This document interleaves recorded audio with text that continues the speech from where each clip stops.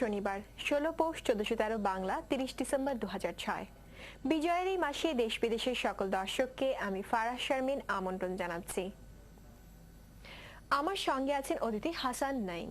আশা করছি নতুন বিষয় নতুন অতিথির সাথে প্রতিদিনই কথা হবে আমাদের নিয়মিত আয়োজনে। হাসান নাঈম, আপনাকে স্বাগত জানাচ্ছি আমাদের আজকের অনুষ্ঠানে। থ্যাঙ্কস। অস্ট্রেলিয়ার মেলবোর্নের মেইন ফার্মাসিউটিক্যালসে কর্মরত তরুণ বাঙালি গবেষক এবং নাট্যকর্মীর সাথে থাকছে আমাদের আজকের আলাপচারিতা। আজকের অতিথি হাসান নাঈম মিরাজ। অতিথির সাথে আলাপের ফাঁকে ফাঁকে রয়েছে অনুষ্ঠানের অন্যান্য পরিবেশনা। আশা করছি ভালো লাগবে আপনাদের।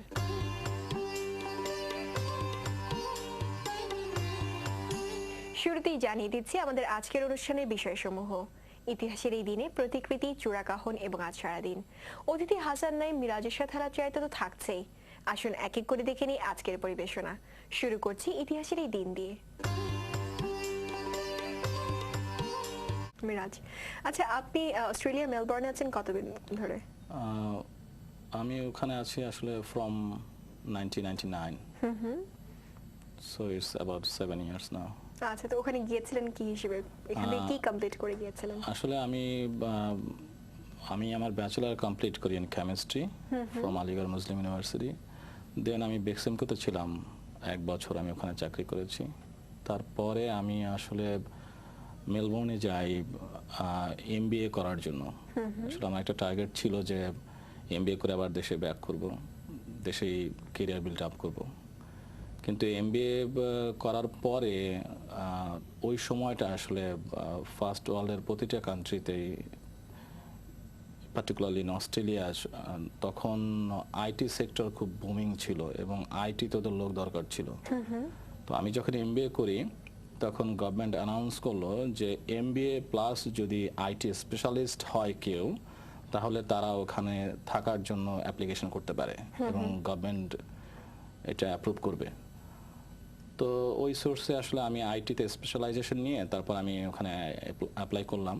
অ্যাপ্লাই করার পরে গভর্নমেন্ট এটাকে অ্যাকসেপ্টও করলো as a skill migration in Australia. তারপরে চেষ্টা করলাম, ঠিক আছে, এখন যেহেতু এখানে রেজিডেন্সি হয়ে গেছে, তো এখানে ক্যারিয়ার বিল্ড আপ করার চেষ্টা করি। তো ওখানে ক্যারিয়ার বিল্ড আপ করার চেষ্টা করলাম। আমার নিজের ক্যারিয়ার, অ্যাকচুয়ালি আমার ব্যাকগ্রাউন্ড হচ্ছে chemistry, mainly in analytical chemistry. আচ্ছা, তো আমার ক্যারিয়ারে আমি জবও পেয়ে গেলাম। আচ্ছা, আপনার সাথে আর কথা বলছি। সুপ্রিয় দর্শক, অতিথির কথা পর্যায়ক্রমে আরো শুনবো, কিন্তু তার আগে দেখে নিই আজকের প্রতিকৃতির কাছে। আচ্ছা, আপনি তো আছেন এখন ওখানে মেইন ফার্মাসিউটিক্যালস, রাইট? তো ওখানে কি হিসেবে আছেন? আসলে আমি ওখানে কাজ করছি একজন সায়েন্টিস্ট হিসেবে। আমার ডেজিগনেশন হচ্ছে method development and validation scientist. And আমি যে ডিপার্টমেন্টে কাজ করি ওটা হচ্ছে R and D, research and development. So আমাদের কাজটা হচ্ছে আসলে প্রোডাক্ট ডেভেলপমেন্ট রিলেটেড কাজ। আচ্ছা, তো এই মেইন ফার্মাসিউটিক্যালস আপনি কতদিন ধরে আছেন? আমি মেইনে আছি 1 বছর যাবত। তো এবার বাংলাদেশে আসা কি সুবাদে? আসলে বেড়াতে আসা, মূল উদ্দেশ্য বেড়াতে। এবং তারপরে যেহেতু আমি, আমার ফ্যামিলি, আমার ছোট একটা বাচ্চা আছে, আমরা 3 জনই আসলে অস্ট্রেলিয়াতে থাকি। বাকি সবাই আমার relative, friend and my parents, everybody are living in Bangladesh. So আমি আসলে তাদেরকে দেখাও একটা কারণ, তাদের সাথে মিট করলাম, ফ্যামিলি গ্যাদারিং। আচ্ছা, এছাড়া কি আর কোনো অ্যাক্টিভিটির সাথে ইনভলভ হবেন এবার? হ্যাঁ, আসলে আমার কিছু কাজ আমি হাতে নিয়ে আসছি। যখন আমি অস্ট্রেলিয়া থেকে বাংলাদেশে আসি তখন থেকে আমার একটা প্ল্যান ছিল যে আসলে আমার ক্যারিয়ার রিলেটেড বাংলাদেশে কিছু করা যায় কিনা। তো আমার বাংলাদেশ ফার্মাসিউটিক্যাল সোসাইটির ব্যানারে আমি একটা সেমিনার করছি, ওখানে আমি গেস্ট লেকচারার হিসাবে আমি পার্টিসিপেট করব। এবং ওখানে আসলে মূলত আমি যে কাজটি মেলবোর্নে করি মেইন ফার্মাসিউটিক্যালসে, অনেকটা এই কাজ রিলেটেড, যে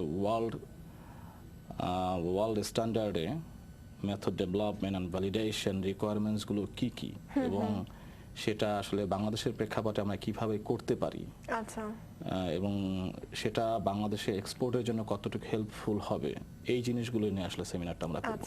সেমিনারটা নিয়ে এবং বাংলাদেশের ফার্মাসিউটিক্যালস নিয়ে আমরা আরো কথা বলছি আপনার সাথে। দর্শক মণ্ডলী, এবারে থাকছে চূড়াকাহন।